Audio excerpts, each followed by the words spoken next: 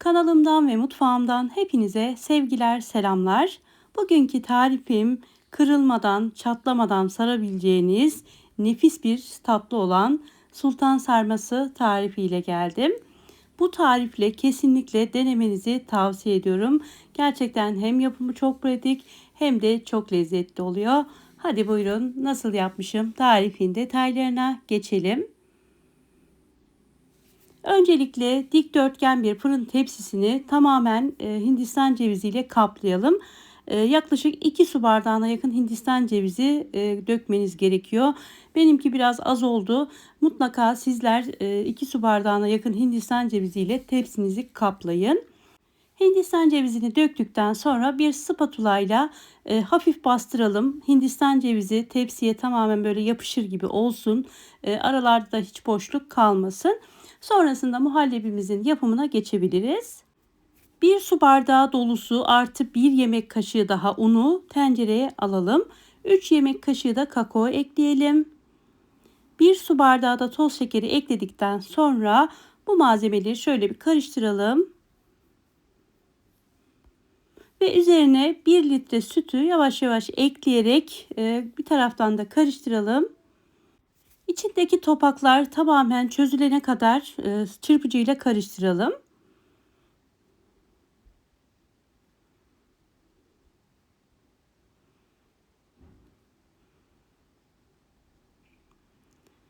Evet, artık ocağın üzerine alıp pişmeye bırakabiliriz. Pişirme esnasında kesinlikle karıştırmayı bırakmıyoruz. Aksi takdirde içinde topaklanmalar oluşabilir ve dibine tutabilir. O yüzden kaynayana kadar karıştıralım.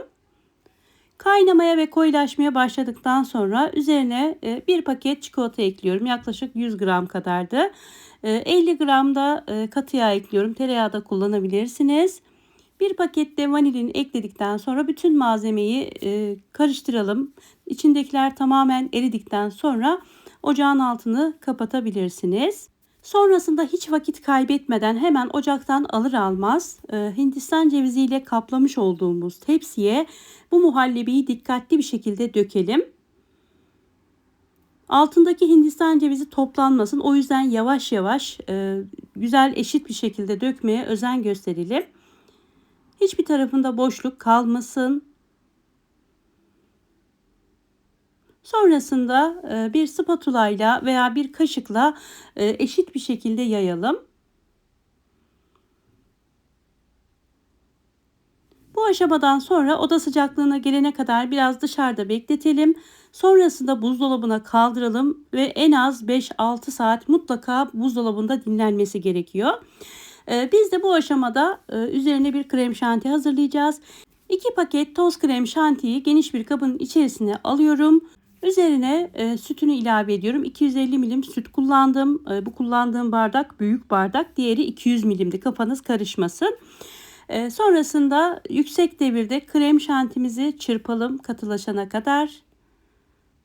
Ve bu şekilde krem şantimizi de hazırlayıp buzdolabına kaldırabilirsiniz. Evet, şimdi buzdolabındaki çikolatalı muhallebimiz yaklaşık 5-6 saat beklemesi gerekiyor. Dediğim gibi tamamen soğusun, biraz kıvam alsın, katılaşsın. Sonrasında hazırladığımız krem şantiyi bu şekilde parça parça olacak şekilde üzerine bırakalım.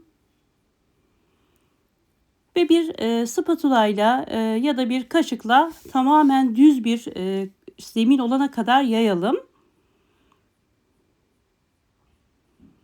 Krem şantiyi sürdükten sonra da tekrar buzdolabına kaldırmamız gerekiyor. Yine 2-3 saat dinlendirin. Ne kadar dinlenirse sarması o kadar kolay olacaktır. Böyle hemen birkaç saat dinlendi çıkardım sarayım olmaz.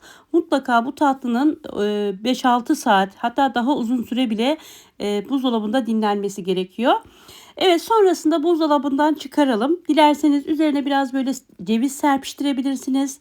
Veya fındık, fıstık istediğinizi serpebilirsiniz. Ben sade olarak hazırladım. Ve böyle 2 parmak genişliğinde şeritler olacak şekilde kesiyorum. Dilerseniz daha kalın da kesebilirsiniz.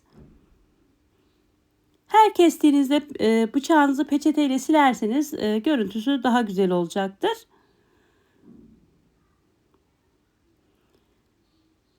Evet, hepsini böyle ince ince kestikten sonra tam ortadan olacak şekilde bir tane daha kesiyorum. Ve bir spatula yardımıyla baştan başlayarak alttan da destek vererek sarıyorum.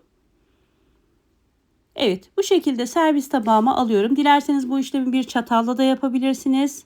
Eğer tatlımızı yeteri kadar buzdolabında dinlendirdiyseniz ve tepsinin altına bolca Hindistan cevizi serptiyseniz gayet kolay bir şekilde sarılacaktır. Evet, sarmış olduğum sultan sarmalarını servis tabağıma alıyorum. Bu arada videomu buraya kadar izlediyseniz yorum kısmına bir emoji, bir kalp ya da izlediğinize dair ufak da olsa bir yorum bırakırsanız çok mutlu olurum. Ben de bu şekilde izlemiş olduğunuzu anlarım. Şimdiden yorum yapan, destek olan herkese çok teşekkür ediyorum. Sizin yorumlarınız sayesinde videom daha fazla kişiye ulaşmış oluyor.